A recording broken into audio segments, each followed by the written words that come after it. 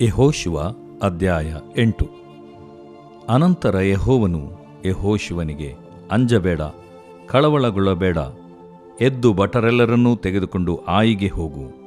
ನೋಡು, ಆಯಿ ಎಂಬ ಊರಿನ ರಾಜ, ಪ್ರಜೆ, ನಗರ, ದೇಶ ಇವುಗಳನ್ನೆಲ್ಲ ನಿನಗೆ ಕೊಟ್ಟಿದ್ದೇನೆ. ಯೆರಿಕೋವಿಗೂ ಅದರ ಅರಸನಿಗೂ ಮಾಡಿದಂತೆಯೇ ಆಯಿಗೂ ಅದರ ಅರಸನಿಗೂ ಮಾಡು. ಆದರೆ ಕೊಳ್ಳೆಯನ್ನೂ ಪಶುಗಳನ್ನೂ ನಿಮಗೋಸ್ಕರ ತೆಗೆದುಕೊಳ್ಳಬಹುದು. ನಿಮ್ಮಲ್ಲಿ ಕೆಲವರು ಆ ಊರಿನ ಹಿಂದುಗಡೆಯಲ್ಲಿ ಹೊಂಚು ಹಾಕಿಕೊಂಡಿರಲಿ ಎಂದು ಆಜ್ಞಾಪಿಸಲು ಅವನು ಎದ್ದು ಭಟರೆಲ್ಲರ ಸಹಿತವಾಗಿ ಆಯಿಗೆ ಹೋಗುವುದಕ್ಕೋಸ್ಕರ ಸಿದ್ಧನಾಗಿ 30,000 ಯುದ್ಧ ವೀರರನ್ನು ಆರಿಸಿ ಅವರಿಗೆ, ನೀವು ಪಟ್ಟಣದ ಹಿಂಭಾಗದಲ್ಲಿ ಹೊಂಚು ಹಾಕಿಕೊಂಡಿರ್ರಿ, ಪಟ್ಟಣಕ್ಕೆ ಬಹುದೂರವಾಗಿರಬೇಡಿರಿ, ಎಲ್ಲರೂ ಸಿದ್ಧವಾಗಿರ್ರಿ. ನಾನು ನನ್ನ ಸಂಗಡ ಇರುವ ಜನರೆಲ್ಲರೂ ಪಟ್ಟಣದ ಸಮೀಪಕ್ಕೆ ಹೋಗುವೆವು. ಅವರು ಮುಂಚಿನಂತೆ ನಮ್ಮೊಡನೆ ಯುದ್ಧಕ್ಕೆ ಬಂದ ಕೂಡಲೇ ನಾವು ಓಡಿ ಹೋಗುವೆವು. ಇವರು ಮುಂಚಿನಂತೆ ನಮಗೆ ಹೆದರಿ ಓಡಿ ಹೋಗುತ್ತಾರೆಂದು ನೆನೆಸಿ ಅವರು ನಮ್ಮನ್ನು ಹಿಂದಟ್ಟುವರು. ನಾವು ಓಡುತ್ತಲೇ ಇರುವೆವು. ನಾವು ಅವರು ಪಟ್ಟಣಕ್ಕೆ ದೂರವಾದ ಮೇಲೆ ನೀವು ಹೊಂಚಿ ನೋಡುತ್ತಿದ್ದ ಸ್ಥಳದಿಂದ ಎದ್ದು ಪಟ್ಟಣದೊಳಗೆ ನುಗ್ಗಿ ಅದನ್ನು ಸ್ವಾಧೀನ ಮಾಡಿಕೊಳ್ಳಿರಿ. ನಿಮ್ಮ ದೇವರಾದ ಯೆಹೋವನು ಅದನ್ನು ನಿಮ್ಮ ಕೈಗೆ ಒಪ್ಪಿಸುವನು. ನೀವು ಪಟ್ಟಣವನ್ನು ಹಿಡಿದ ಕೂಡಲೇ ಅದಕ್ಕೆ ಬೆಂಕಿ ಹೊತ್ತಿಸಿರಿ. ಯೆಹೋವನ ಮಾತಿನಂತೆ ನಡೆಯಿರಿ, ನನ್ನ ಅಪ್ಪಣೆ ಇಷ್ಟೇ ಎಂದು ಹೇಳಿ ಅವರನ್ನು ರಾತ್ರಿಯಲ್ಲೇ ಕಳುಹಿಸಿದನು. ಅವರು ಹೊಂಚು ಹಾಕುವುದಕ್ಕೆ ಹೊರಟು ಹೋಗಿ ಬೇತೇಲಿಗೂ ಆಯಿಗೂ ನಡುವೆ ಆಯಿ ಎಂಬ ಊರಿನ ಪಶ್ಚಿಮದಲ್ಲಿ ಅಡಗಿಕೊಂಡರು. ಯೆಹೋಶುವನು ಆ ರಾತ್ರಿಯನ್ನು ಜನರ ಮಧ್ಯದಲ್ಲಿ ಕಳೆದನು. ಅವನು ಬೆಳಿಗ್ಗೆ ಎದ್ದು ಇಸ್ರಾಯೇಲ್ಯರ ಹಿರಿಯರ ಸಂಗಡ ಸೈನ್ಯವನ್ನು ಕೂಡಿಸಿ ಅವರ ಮುಂದೆ ಆಯಿಗೆ ಹೊರಟನು. ಅವನ ಸಂಗಡ ಇದ್ದ ಭಟರೆಲ್ಲರೂ ಗಟ್ಟಾ ಹತ್ತಿ ಪಟ್ಟಣದ ಸಮೀಪಕ್ಕೆ ಬಂದು ಅದರ ಉತ್ತರ ದಿಕ್ಕಿನಲ್ಲಿ ಇಳುಕೊಂಡರು. ಅವರಿಗೂ ಆಯಿಗೂ ನಡುವೆ ಒಂದು ತಗ್ಗು ಇತ್ತು. ಆದರೆ ಅವನು ಹೆಚ್ಚು ಕಡಿಮೆ 5,000 ಜನರನ್ನು ಆರಿಸಿಕೊಂಡು ಬೇತೇಲಿಗೂ ಆಯಿಗೂ ನಡುವೆ ಪಟ್ಟಣದ ಪಶ್ಚಿಮದಲ್ಲಿ ಹೊಂಚಿ ನೋಡುವುದಕ್ಕೋಸ್ಕರ ಇರಿಸಿದನು.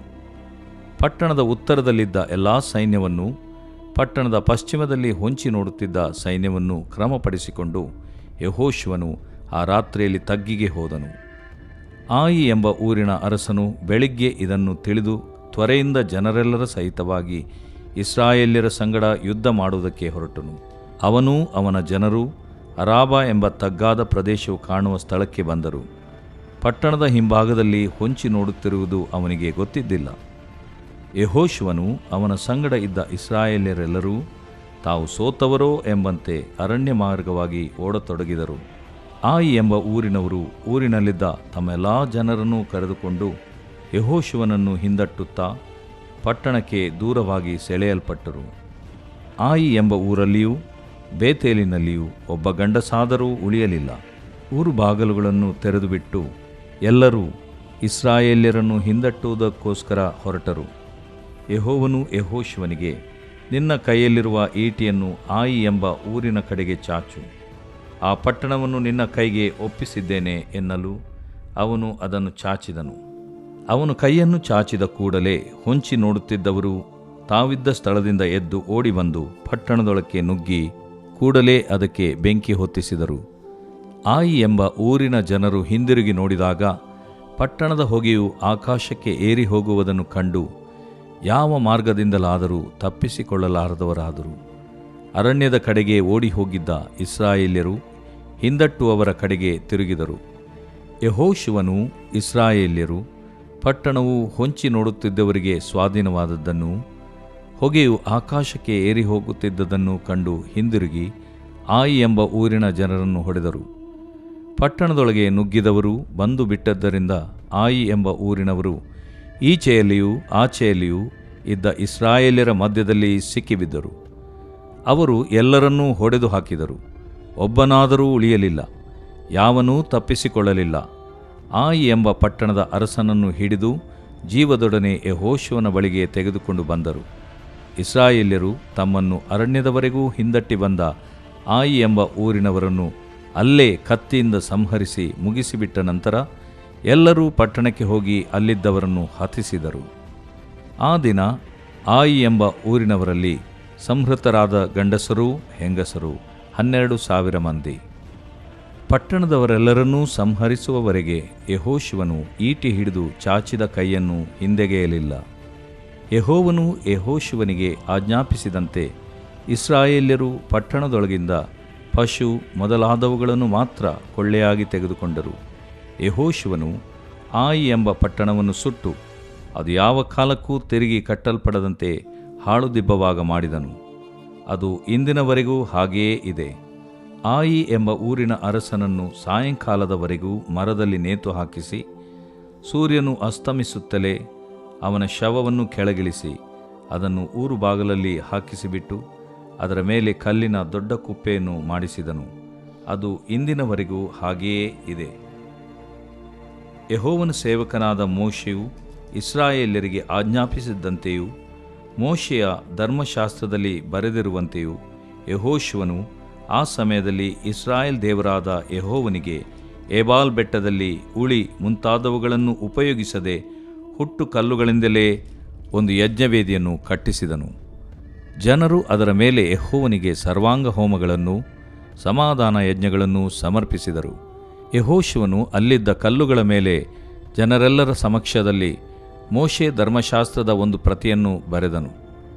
ಎಲ್ಲ ಇಸ್ರಾಯೇಲ್ಯರು, ಅಂದರೆ ಹಿರಿಯರು, ಅಧಿಕಾರಿಗಳು, ನ್ಯಾಯಾಧಿಪತಿಗಳು, ಅನ್ಯ ದೇಶಸ್ಥರು, ಸ್ವದೇಶಸ್ಥರು ಯೆಹೋವನ ಒಡಂಬಡಿಕೆಯ ಮಂಜೂಷದ ಎಡಬಲಗಡೆಗಳಲ್ಲಿ ಅದನ್ನು ಹೊತ್ತ ಲೇವಿಯರಾದ ಯಾಜಕರ ಎದುರಾಗಿ ನಿಂತುಕೊಂಡರು. ಗೆರಿಜ್ಜೀಮ್ ಬೆಟ್ಟದ ಕಡೆ ಅರ್ಧ ಜನರು, ಏಬಾಲ್ ಬೆಟ್ಟದ ಕಡೆ ಅರ್ಧ ಜನರು ಯೆಹೋವನ ಸೇವಕನಾದ ಮೋಶೆಯು ಮೊದಲೇ ಹೇಳಿದ್ದಂತೆ ಆಶೀರ್ವಾದಗಳನ್ನು ನುಡಿಯುವುದಕ್ಕೋಸ್ಕರ ನಿಂತರು. ಆನಂತರ ಯೆಹೋಶುವನು ಧರ್ಮಶಾಸ್ತ್ರದ ಎಲ್ಲ ಆಶೀರ್ವಾದ ಶಾಪ ವಾಕ್ಯಗಳನ್ನು ಆ ಗ್ರಂಥದಲ್ಲಿ ಇದ್ದ ಹಾಗೆಯೇ ಓದಿದನು. ಮೋಶೆಯು ಆಜ್ಞಾಪಿಸಿದ್ದರಲ್ಲಿ ಒಂದನ್ನೂ ಬಿಡದೆ ಹೆಂಗಸರಿಗೂ ಚಿಕ್ಕವರಿಗೂ ಅವರಲ್ಲಿದ್ದ ಅನ್ಯ ದೇಶಸ್ಥರಿಗೂ ಕೇಳುವಂತೆ ಸರ್ವ ಸಮೂಹದ ಮುಂದೆ ಓದಿದನು. ದೇವರು ಪ್ರೀತಿಸುವ ಪ್ರೀತಿಯ ಬಿಗ್ ಜೆ ಟಿವಿ ಪ್ರಿಯ ವೀಕ್ಷಕರಿಗೆ ನಮ್ಮ ಕರ್ತನಾದ ಯೇಸು ಕ್ರಿಸ್ತನ ಹೆಸರಿನಲ್ಲಿ ವಂದಿಸಿ ಸ್ವಾಗತಿಸಿ ಈ ಒಂದು ಕಾರ್ಯಕ್ರಮದಲ್ಲಿ ಭಾಗಿಗಳಾಗುವಂತೆ ನಿಮಗೆ ಆಹ್ವಾನಿಸುತ್ತಿದ್ದೇವೆ. ಯೆಹೋಶುವ 8ನೇ ಅಧ್ಯಾಯ, ದ ಬುಕ್ ಆಫ್ ಜಾಶುವಾ ಚಾಪ್ಟರ್ 8 ಇಂದಿನ ನಮ್ಮ ಅಧ್ಯಯನವಾಗಿರ್ತದೆ. 7ನೇ ಅಧ್ಯಾಯದಲ್ಲಿ ನಡೆದಂಥ ಘಟನೆ ನಾವು ನೆನಪಿಗೆ ತಂದುಕೊಳ್ಳಬೇಕು. ಒಬ್ಬ ವ್ಯಕ್ತಿಯಿಂದ ಆದಂಥ ಅನಾಹುತ ಎಷ್ಟು ಎಂಬುದಾಗಿ. ಒಬ್ಬ ವ್ಯಕ್ತಿಯಿಂದ ಸುಮಾರು 3,000 ಜನರು ಸೋಲಿಸಲ್ಪಟ್ಟರು. ಒಬ್ಬ ವ್ಯಕ್ತಿಯಿಂದ 36 ಜನರು ಹತರಾದರು. ಒಬ್ಬ ವ್ಯಕ್ತಿಯಿಂದ ಸುಮಾರು 30 ಲಕ್ಷ ಜನರು ಬಾಧಿಸಲ್ಪಟ್ಟರು. ಒಬ್ಬ ವ್ಯಕ್ತಿಯಿಂದ ಇಡೀ ದೇಶವೇ ಬಾಧಿಸಲ್ಪಟ್ಟಿತು. ಒಬ್ಬ ವ್ಯಕ್ತಿಯಿಂದ ದೇವರ ನಾಮ ದೂಷಣೆಗೊಳಗಾಯಿತು. ಒಬ್ಬ ವ್ಯಕ್ತಿಯಿಂದ ದೇವರ ಅತ್ಯಂತ ಭಕ್ತಿವಂತನಾದ ನಾಯಕನು ಕೂಡ ಅದರಿಂದ ಬಾಧಿಸಲ್ಪಟ್ಟನು. ಹೌದು, ಯೆಹೋಶುವ 7ನೇ ಅಧ್ಯಾಯದಲ್ಲಿ ಒಬ್ಬ ಮನುಷ್ಯನು, ಆಕಾನನು ಎಂಬಂಥ ಆ ಮನುಷ್ಯನು. ಆಕಾನನು ಅಂತೇಳಿದರೆ ಟ್ರಬಲ್ ಅಥವಾ ಸಂಕಟ ಎಂಬುದಾಗಿ, ಅಥವಾ ಕೆಲವರು ಅಂತಾರಲ್ವ, ನಾನು ಭಾಳ ಡಿಸ್ಟರ್ಬ್ ಆಗಿದ್ದೇನೆ ಅಂತ ಹೇಳ್ತಾರೆ. ಅಂದರೆ ಅದರ ಅರ್ಥ ಆಕಾನ ಆಗಿದ್ದೇನೆ ಅಂತ ಅರ್ಥ, ತೊಂದರೆ ಎಂಬುದಾಗಿ ಆಕಾನ ಅಂದರೆ. ಈ ಒಬ್ಬ ಮನುಷ್ಯನಿಂದ, ಹೌದು, ಇಸ್ರಾಯೇಲರಲ್ಲಿ 36 ಜನರು ಸತ್ತು ಹೋದರು. 3,000 ಸೈನಿಕರು ಸೋತು ಹೋದರು. 30 ಲಕ್ಷ ಜನರು ದೇವರ ದೃಷ್ಟಿಯಲ್ಲಿ ಇಸ್ರಾಯೇಲರು ಪಾಪ ಮಾಡಿದ್ದಾರಂತ ದೇವರು 7:10 ಹೇಳುವಂಥದ್ದನ್ನು ನೋಡ್ತೀವಿ. ಯೆಹೋಶುವನು ಕೂಡ ಸ್ವಲ್ಪ ತಾಳ್ಮೆ ಕಳ್ಕೊಂಡು ನಕಾರಾತ್ಮಕವಾದ ರೀತಿಯಲ್ಲಿ ದೇವರ ಹತ್ರ ಮಾತಾಡ್ಬಿಡ್ತಾನೆ. 7:7 ಯಾವ ಮಾತನ್ನು ಆಡಿದನಂತ ಹೇಳ್ಬಿಟ್ಟು ಸ್ವಲ್ಪ ನಾವು ನೋಡುವಂಥದ್ದು ಒಳ್ಳೆಯದು. ಯೆಹೋಶುವನು, ಅಯ್ಯೋ ಕರ್ತನೇ, ಯೆಹೋವನೇ, ನೀನು ಈ ಜನರನ್ನು ಯೋರ್ದನ್ ಹೊಳೆ ದಾಟಿಸಿದ್ದೇಕೆ? ದೇವರಿಗೆ ಪ್ರಶ್ನೆ ಹಾಕ್ತಾನೆ. ನಮ್ಮನ್ನು ಅಮೋರಿಯರ ಕೈಗೆ ಒಪ್ಪಿಸಿ ನಾಶ ಮಾಡಬೇಕಂತಿದ್ದೀಯಾ? ದೇವರು ನಾಶ ಮಾಡಲಿಕ್ಕೆ ಕರ್ಕೊಂಡು ಬಂದ? ಇಲ್ಲವೇ?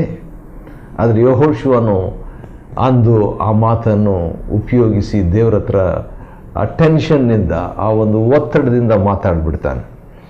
ಆನಂತರ ಅವನು ಹೇಳಿದಂಥ ಇನ್ನೊಂದು ಮಾತು, ನಾವು ಇಷ್ಟೇ ಸಾಕೆಂದು ಯೋರ್ದನ್ ಹೊಳೆ ಆಚೆಯಲ್ಲಿ ಇದ್ದರೆ ಎಷ್ಟೋ ಒಳ್ಳೆಯದಾಗಿತ್ತು.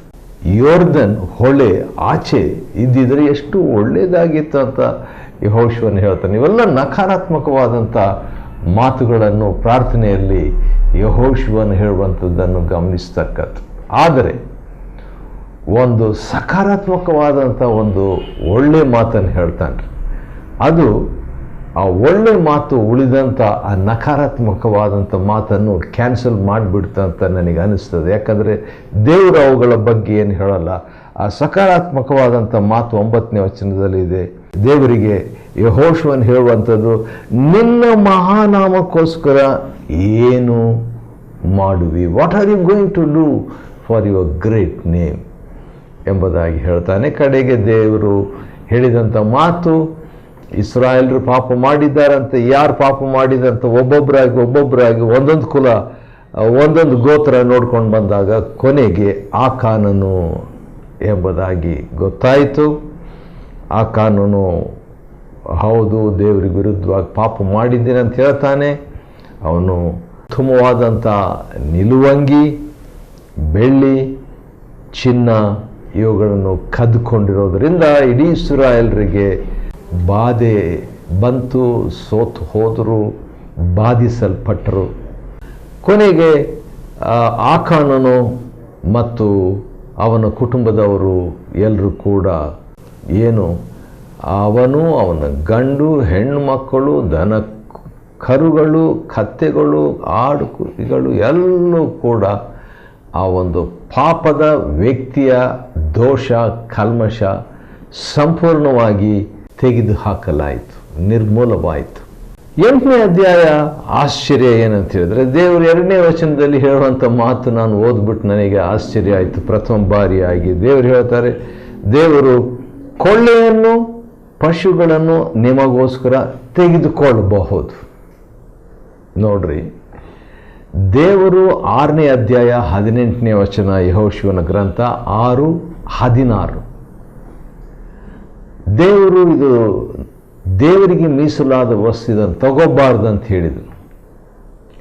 ಆದರೆ ಆಕಾನ 7ನೇ ಅಧ್ಯಾಯದಲ್ಲಿ ನಾವು ನೋಡುವಾಗ ತಕ್ಕೊಂಡ್ಬಿಟ್ನು, ಕಳತನ ಮಾಡಿದ್ನು. ಆದರೆ 8ನೇ ಅಧ್ಯಾಯ 2ನೇ ವಚನದಲ್ಲಿ ನೋಡುವಾಗ ದೇವರು ಈಗ ತೆಗೆದುಕೊಳ್ಳಬಹುದು.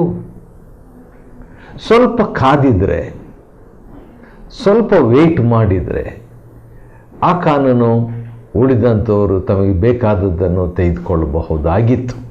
ಆದರೆ ಕಾಯಲಿಲ್ಲ, ಆತನು ದೇವರ ಸಮಯಕ್ಕೆ ಕಾಯಲಿಲ್ಲ. ಆ ಪರೀಕ್ಷೆಯಲ್ಲಿ ಅವನು ಸೋತ.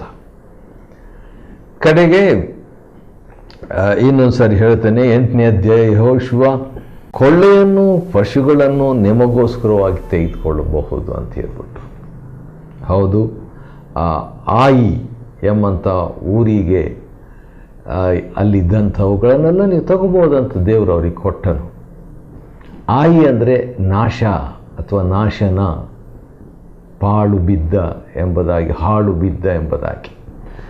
ಅಂಥ ಒಂದು ಊರಿನ ಮೇಲೆ ಈಗ ಅವರು ಯುದ್ಧ ಮಾಡಿ, ಸುಮಾರು 30,000 ಜನರು ಯುದ್ಧ ಮಾಡಿ ಗೆದ್ದರು. ಯಾವ ರೀತಿಯಾಗಿ ಗೆದ್ದರು ಅಂತ ಹೇಳಿದ್ರೆ, ಒಂದು ನಟನೆ ಮಾಡಿದ ಹಾಗೆ ಅವರು ಗೆದ್ದರು.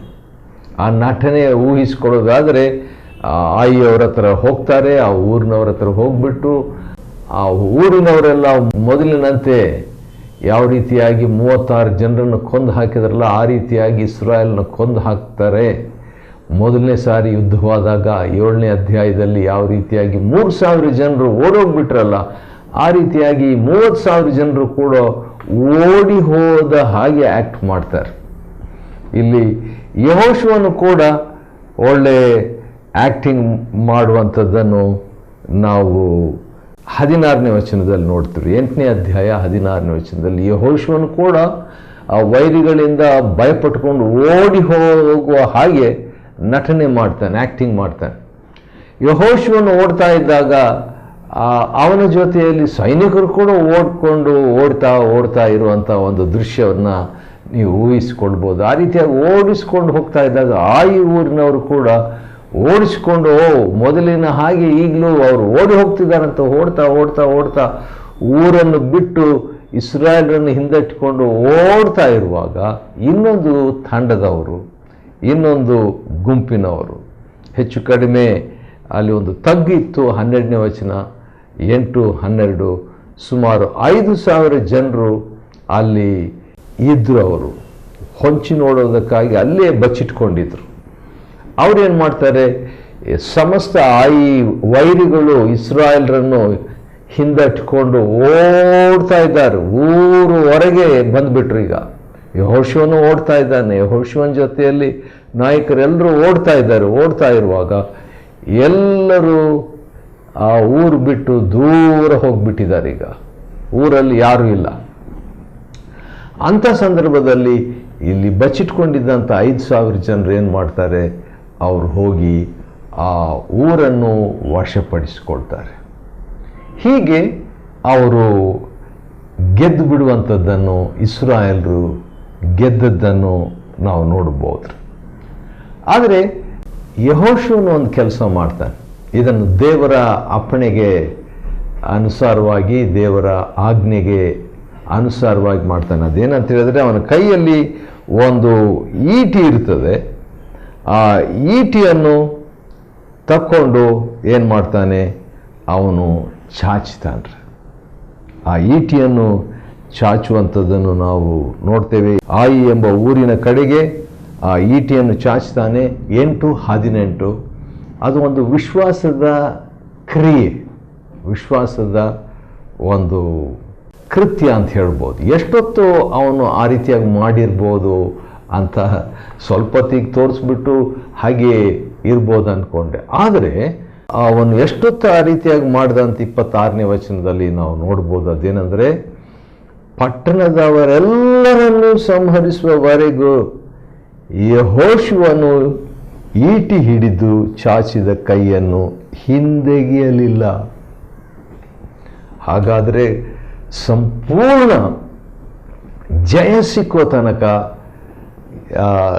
ಯೆಹೋಶುವನು ಆ ಈಟಿಯನ್ನು ಹಾಗೇ ತೋರಿಸ್ತಾ ಇದ್ನು. 1 ತಾಸು ಇರ್ಬೋದು, 2 ತಾಸು ಇರ್ಬೋದು, 3 ತಾಸು, 4 ತಾಸು, 5 ತಾಸು, ಎಷ್ಟು ತಾಸುಗಳು ಇದ್ವು ಗೊತ್ತಿಲ್ಲ. ಆದರೆ ಅಷ್ಟೊತ್ತು ಸಂಪೂರ್ಣವಾಗಿ ಅಲ್ಲಿದ್ದಂಥ ವೈರಿಗಳ ಮೇಲೆ ಸುಮಾರು 12,000 ವೈರಿಗಳು ಒಂದು ಕಡೆ, ಅದನ್ನು ನಾವು ನೋಡ್ತೇವೆ 25ನೇ ವಚನದಲ್ಲಿ. ಅವರೆಲ್ಲರೂ ಸತ್ತು ಹೋದರು, ಎಲ್ಲರೂ ಅವರು ಇಲ್ಲದಂತೆ ಆಗಿಬಿಟ್ರು. ಅಂಥ ಒಂದು ಜಯವನ್ನು ದೇವರು ಅಂದು ಈ ಇಸ್ರಾಯೇಲ್ರಿಗೆ ಕೊಡ್ತಾರೆ. ಕೊಟ್ಟಿದ ತಕ್ಷಣ ಅವರು ಭಾಳ ಸಂತೋಷವಾಗಿ ಈಗ ಯಜ್ಞವೇದಿಯನ್ನು ಕಟ್ಟಿಸ್ತಾರೆ. ಎಂಥ ಯಜ್ಞವೇದಿಯನ್ನು ಕಟ್ಟಿಸಿದ್ರು ಎಂಬುದಾಗಿ ನೋಡುವಾಗ ಒಂದು ವಿಚಿತ್ರ ಅದೇನಂತ ಹೇಳಿದ್ರೆ, ಏಬಾಲ್ ಬೆಟ್ಟದಲ್ಲಿ ಉಳಿ ಮುಂತಾದವುಗಳನ್ನು ಉಪಯೋಗಿಸದೆ ಹುಟ್ಟು ಕಲ್ಲುಗಳಿಂದಲೇ, ಅಂದರೆ ಉಳಿ ಸುತ್ತಿಗೆ ತಕ್ಕೊಂಡು ಒಂದು ಕಲ್ಲನ್ನು ಯಜ್ಞವೇದಿ ಮಾಮೂಲಾಗಿ ಸಾಮಾನ್ಯವಾಗಿ ಆ ರೀತಿಯಾಗಿ ಮಾಡುವುದುಂಟು. ಆದರೆ ಇಂದು ಮನುಷ್ಯನ ಯಾವುದೇ ಸಹಾಯ ಇಲ್ಲದಂಥ ಒಂದು ಹುಟ್ಟು ಕಲ್ಲು ಯಜ್ಞವೇದಿ, ದೇವರು ಸೃಷ್ಟಿಯಿಂದ ಮಾಡಿದಂಥ ಕಲ್ಲುಗಳು, ಅದನ್ನು ಯಜ್ಞವೇದಿ ಅದನ್ನು ಇಟ್ಕೊಂಡು ಅಂಥ ಹುಟ್ಟು ಕಲ್ಲುಗಳಿಂದಲೇ ಒಂದು ಯಜ್ಞವೇದಿಯನ್ನು ಕಟ್ಟಿಸಿದನು. ಜನರು ಅದ ಮೇಲೆ ದೇವರಿಗೆ ಸರ್ವಾಂಗ ಹೋಮಗಳನ್ನು, ಸಮಾಧಾನ ಯಜ್ಞಗಳನ್ನು ಸಮರ್ಪಿಸಿದರು. ಹೌದು, ಅದಾದ ನಂತರ ಒಂದು ವಿಚಿತ್ರ ಒಂದು ಘಟನೆ ಆಗ್ತದೆ. ಅದನ್ನು ನನಗೆ ಭಾಳ ಇಷ್ಟ. ಅದರ ಬಗ್ಗೆ ನಾವು ಈಗ ನೋಡಿಕೊಳ್ಳಲಿಕ್ಕಿದ್ದೇವೆ. ಅದೇನಂತ ಹೇಳಿದ್ರೆ, ಯೆಹೋಶುವನು ಏನು ಮಾಡ್ತಾನೆ, ಅಲ್ಲಿದ್ದ ಕಲ್ಲುಗಳ ಮೇಲೆ ಜನರ ಸಮಕ್ಷದಲ್ಲಿ ಏನು ಮಾಡ್ತಾನೆ, ಮೋಶೆಯ ಧರ್ಮಶಾಸ್ತ್ರದ ಒಂದು ಪ್ರತಿಯನ್ನು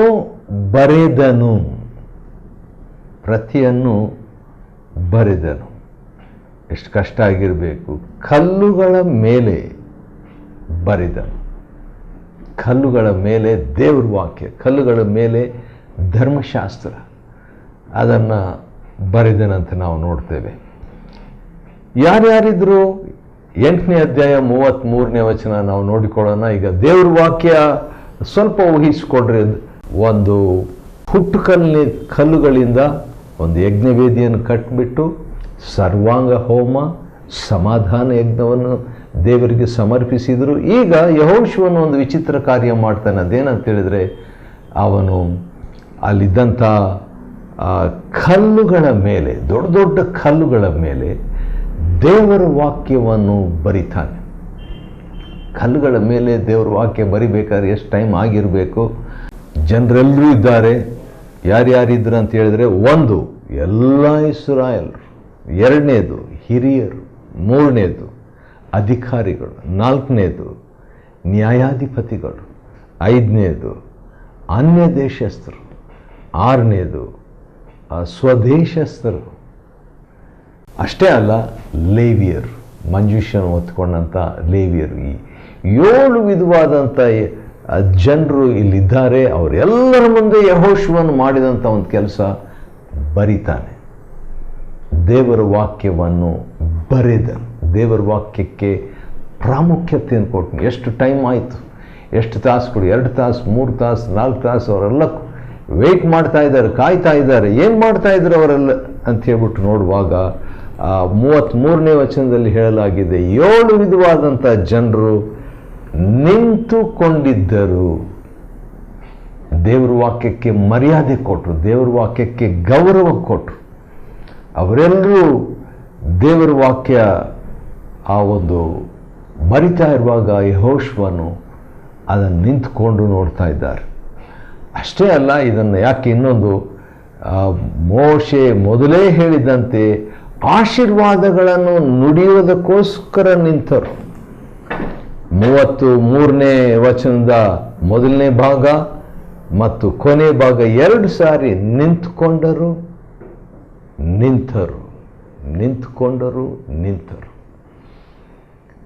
ದೇವರ ವಾಕ್ಯದ ಆಶೀರ್ವಾದಗಳನ್ನು ನುಡಿಯೋದಕ್ಕೋಸ್ಕರ ನಿಂತರಂತೆ. ಎಂಥ ಒಂದು ಚಲಿಸುವಂಥ ಒಂದು ದೃಶ್ಯ ನೋಡ್ರಿ.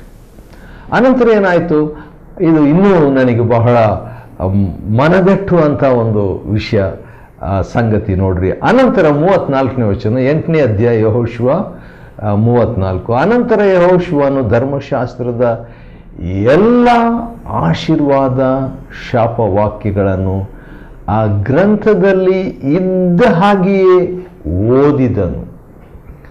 ಮೊದಲು ಆಶೀರ್ವಾದಗಳನ್ನು ಮಾತ್ರ ನುಡಿಯೋದಕ್ಕೋಸ್ಕರವಾಗಿ ನಿಂತರು. ಈಗ 34ನೇ ವಚನದಲ್ಲಿ ಆಶೀರ್ವಾದ ಮತ್ತು ಶಾಪವಾಕ್ಯಗಳನ್ನು ಆ ಗ್ರಂಥದಲ್ಲಿ ಇದ್ದ ಹಾಗೆಯೇ ಓದಿದರು. ಮೋಶೆಯು ಆಜ್ಞಾಪಿಸಿದರಲ್ಲಿ ಒಂದನ್ನು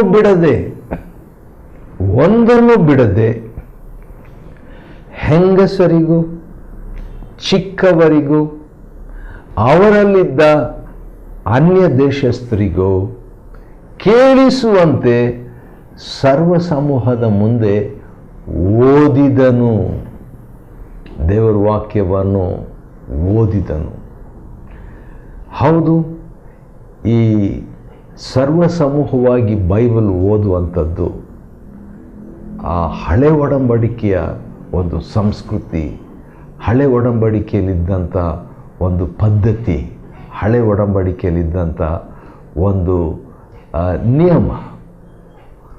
ಹೌದು, ಅದನ್ನು ನಾವು ಅನುಸರಿಸಬೇಕು. ಆ ರೀತಿಯಾಗಿ ಅನುಸರಿಸುವಾಗ ದೇವರ ಮೆಚ್ಚುಗೆ, ದೇವರ ಆಶೀರ್ವಾದ, ದೇವರ ಪ್ರಸನ್ನತೆ ಮತ್ತು ಹುದುವಾಗಿ ಒಂದು ಗುಂಪಾಗಿ ಸಮುದಾಯವಾಗಿ ದೇವರ ಆಶೀರ್ವಾದಕ್ಕೆ ನಾವು ಪಾತ್ರರಾಗ್ತೇವೆ. ಯೆಹೋಶುವನ ಗ್ರಂಥ 8ನೇ ಅಧ್ಯಾಯವನ್ನು ಅಧ್ಯಯನ ಮಾಡಿಕೊಳ್ಳುವಂತೆ ದೇವರು ಕೊಟ್ಟ ಕೃಪೆಗಾಗಿ ಆತನಿಗೆ ಸ್ತೋತ್ರವಾಗಲಿ. ದೇವರು ನಿಮ್ಮನ್ನು ಆಶೀರ್ವದಿಸಲಿ.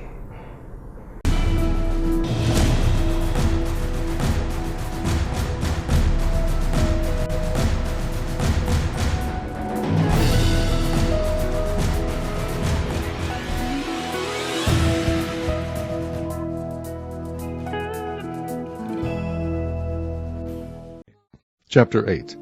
And the Lord said unto Joshua, Fear not, neither be thou dismayed. Take all the people of war with thee, and arise, go up to Ai. See, I have given into thy hand the king of Ai, and his people, and his city, and his land. And thou shalt do to Ai and her king as thou didst unto Jericho and her king. Only the spoil thereof, and the cattle thereof, shall ye take for a prey unto yourselves. Lay thee an ambush for the city behind it. So Joshua arose, and all the people of war, to go up against Ai. And Joshua chose out 30,000 men of valor, and sent them away by night. And he commanded them, saying, Behold, ye shall lie in wait against the city, even behind the city. Go not very far from the city, but be ye all ready. And I and all the people that are with me will approach unto the city. And it shall come to pass, when they come out against us, as at the first, that we will flee before them, for they will come out after us, till we have drawn them from the city.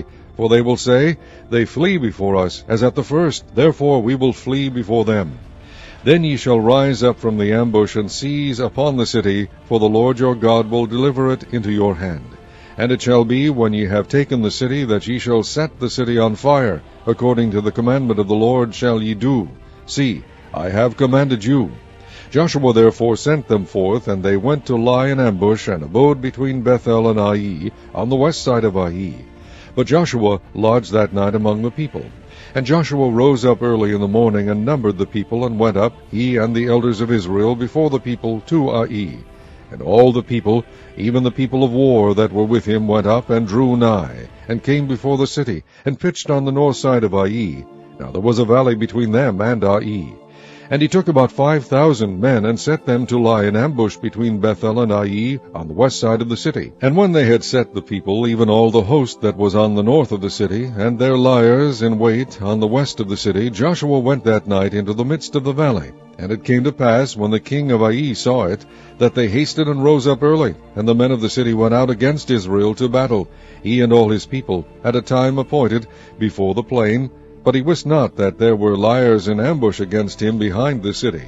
And Joshua and all Israel made as if they were beaten before them, and fled by the way of the wilderness.